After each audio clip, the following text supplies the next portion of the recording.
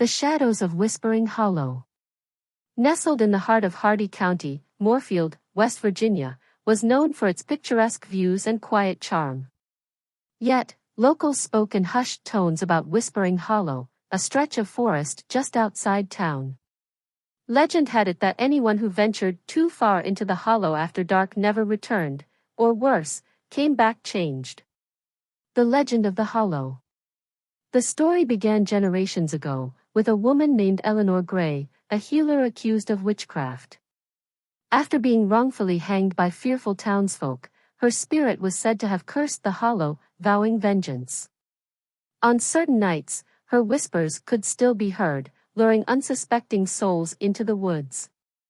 Last night, Maddie, a high school senior and aspiring journalist, didn't believe in ghost stories. When her friends dared her to spend a night in the hollow, she saw it as an opportunity for a thrilling exposé. Armed with her camera, flashlight, and a notebook, she set off at dusk, determined to uncover the truth. At first, the forest was serene, the crunch of leaves beneath Maddie's boots the only sound. But as night fell, an unnatural chill descended. The air grew heavy, and faint whispers began to echo between the trees. She tried to dismiss them as the wind, but the voices grew louder, forming incoherent chants. Her flashlight flickered. Then, it died. Stumbling in the dark, Maddie spotted a faint glow through the trees. She followed it to a dilapidated cabin, its windows glowing with an eerie green light. Against her better judgment, she entered. Inside, the walls were covered with strange symbols etched into the wood.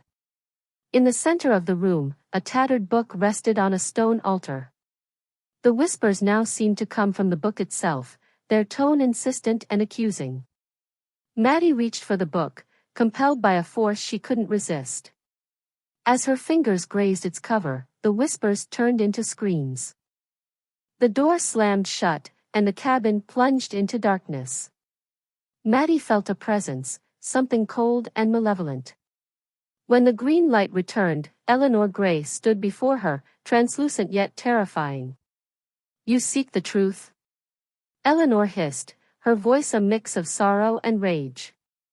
"Then bear witness to what they've done." Visions filled Maddie's mind, the betrayal of Eleanor, the mob's cruelty, and the unspeakable horrors they'd tried to bury. Maddie realized the town's prosperity had been built on Eleanor's suffering. When Maddie awoke, it was morning. The cabin was gone, replaced by a clearing.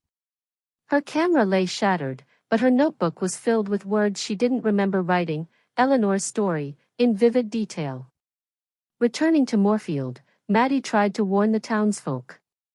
But they dismissed her, just as they had dismissed Eleanor.